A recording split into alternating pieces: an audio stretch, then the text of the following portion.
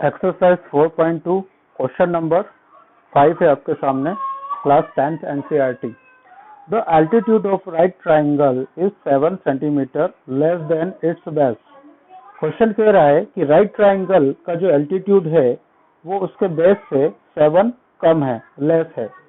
If the hypotenuse is 13 centimetre, अगर right triangle का जो हाइपोटेन्यूज है वो अगर 13 सेंटीमीटर है तो फाइंड अदर टू साइड्स, तो हमें other two side find out करनी है। तो हम ये क्वेश्चन अब सॉल्व करेंगे।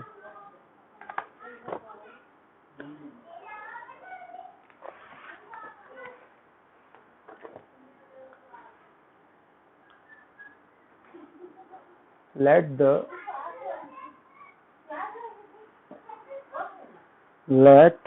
द हमें क्वेश्चन में क्या कहा है इसमें कि यहाँ से देखिए, altitude of right triangle 7 centimetre less than it's base. Height के बारे में उसने बोला है कि हाइट जो है वो बेस से 7 कम है। मतलब हाइट किस पर डिपेंड कर रही है?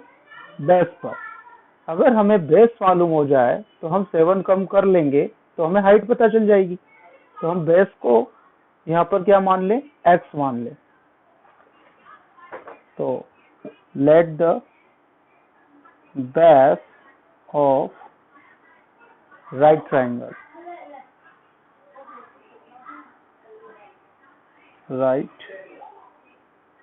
Triangle be x, then its height is equal to x minus 7 and its hypotenuse is equal to 13। Unit क्या दे रखी है हमें उसमें? सेंटीमीटर।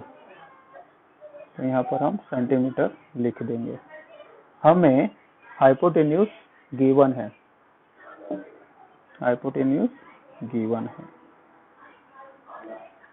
इसका हम डायग्राम बना लेते हैं राइट ट्राइंगल का। ABC 90 डिग्री यहाँ पर हमें जो हाइट है वो x माइनस 7 होगी। हमने बेस को कितना माना था? x माना। तो क्वेश्चन में ये कहा है कि जो हाइट है, इसका एल्टीट्यूड है वो उससे 7 कम है और हमें हाइपोटेन्यूज कितना दे रखा है? 13। बस अब हम क्या करेंगे, यहाँ पर पाइथागोरस थ्योरम लगा लेंगे।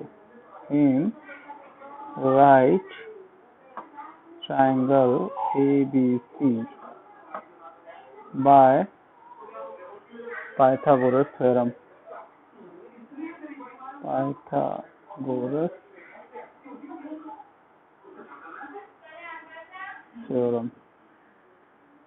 क्या होता है पाइथागोरस थ्योरम? हाइपोटेन्यूज का square is equal to perpendicular का स्क्वायर प्लस बेस का स्क्वायर। लिखने का ये तरीका होता है कि आप आइदर के नीचे आइदर का साइन लगाएं, इक्वल के नीचे इक्वल का साइन लगाएं, ठीक है, और बीच में थोड़ा सा गैप रखें, दूर दूर लिखें, स्पष्ट शब्दों में लिखें। हाइपोटेन्यूज हमें कितना दे रखा है? 13 का स्क्वायर। परपेंडिकुलर कितना है? x माइनस 7 का स्क्वायर प्लस बेस कितना है? x, क्योंकि बेस का स्क्वायर है तो यहाँ पर भी क्या लग जाएगा? स्क्वायर। 13 का स्क्वायर कितना होता है? 169। x माइनस 7 का स्क्वायर। यहाँ पर हमने दो तरीके से सोल्व किया जा सकता है कि हम x माइनस 7 की पावर 2 है तो इसे 2 टाइम लिखें, x minus 7 into x minus 7, और फर्स्ट का फर्स्ट से, फर्स्ट का सेकंड से, सेकंड का फर्स्ट से, फिर सेकंड का सेकंड से मल्टीप्लाई करके सोल्व कर लें, या फिर फार्मूला मेथड से कर लें। ये कैसा दिख रहा है हमें? a माइनस बी का होल स्क्वायर दिख रहा है।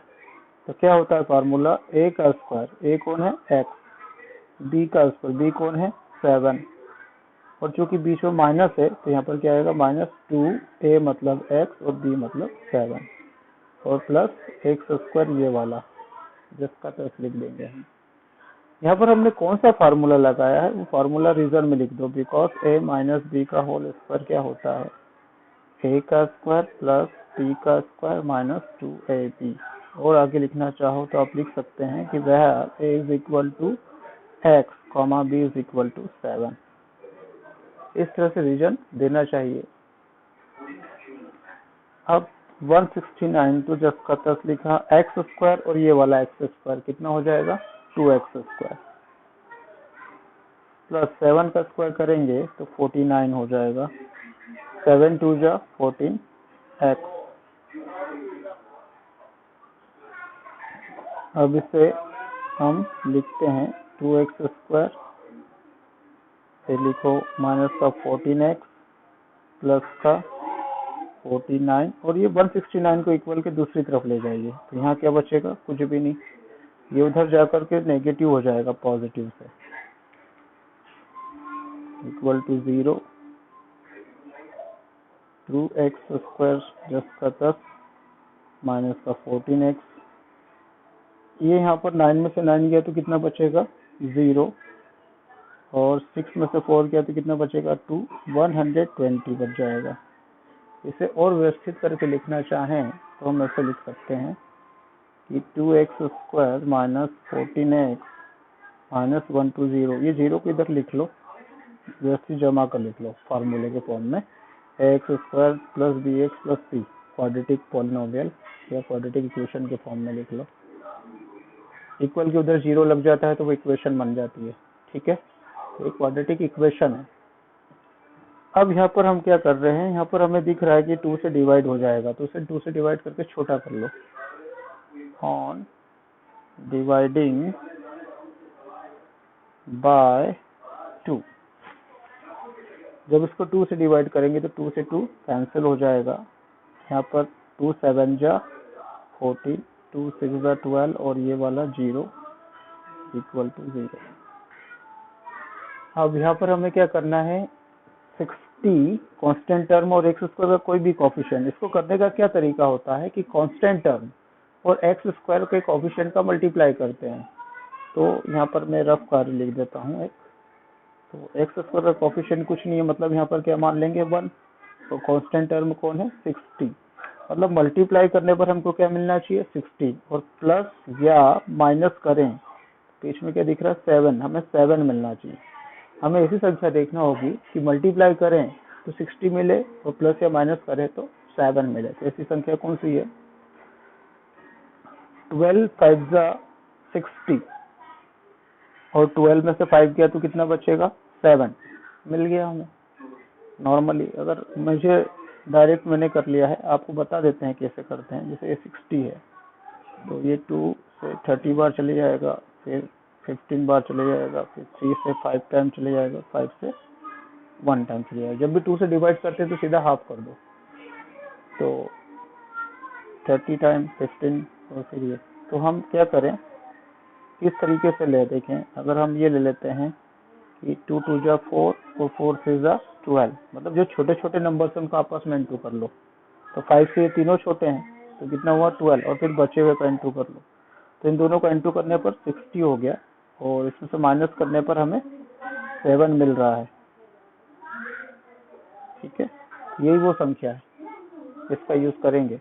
तो हम यहाँ लिखेंगे एक्स स्क्वायर माइनस का, अब यहाँ पर माइनस करने पर हमें 7 मिलना चाहिए, 12 में से 5 करेंगे माइनस तो ही हमें 7 मिलेगा। लेकिन यहाँ पर एक चीज ध्यान रखने के लिए है कि जो 7 का साइन है वो माइनस है, तो माइनस जब भी हम करते हैं तो एक संख्या पॉजिटिव होती है और एक संख्या नेगेटिव होती है, तो हमें हमेशा यहाँ पर जो साइन होगा वो बड़ी संख्या का साइन होगा, मतलब अगर यहाँ नेगेटिव साइन है तो बड़ी संख्या हमें 12 लेना पड़ेगी और माइनस की लेना पड़ेगी, और छोटी वाली प्लस की लेना पड़ेगी, ठीक है, इक्वल टू 0। तो देखो x square minus 12x plus 5x minus 60 equal to 0। यहाँ पर जगह नहीं है तो हम इसे पीछे कर लेते हैं सॉल्व, दूसरे पेज पे से सॉल्व कर लेते हैं। एक बार मैं इसे फिर से लिख लेता हूँ इक्वेशन को। क्या है इक्वेशन, एक्स स्क्वायर माइनस का 12x प्लस का 5x और माइनस का 60 इक्वल टू 0।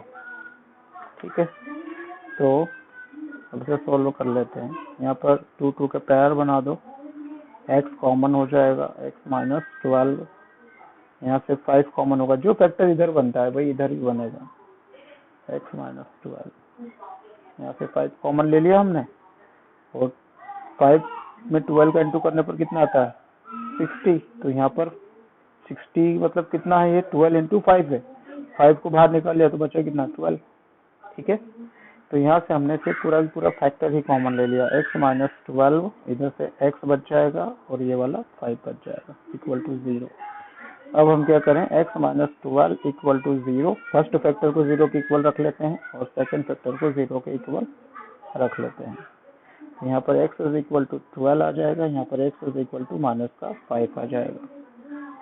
अब ये हो जाएगा इम्पॉसिबल, क्योंकि कभी भी जो लेंथ ब्रीथ है, हाइट है, वो नेगेटिव नहीं होती है राइट ट्राइंगल की। ठीक है, तो इसलिए इसका आंसर क्या होगा x, और x को हमने क्या माना था शुरू में, x को हमने क्या माना था शुरू में, देखिए हमने x को माना था बेस, ट्राइंगल का बेस माना था हमने x को, तो ये हमको मिल गया है बेस। ठीक है, राइट ट्राइंगल का बेस कितना हो गया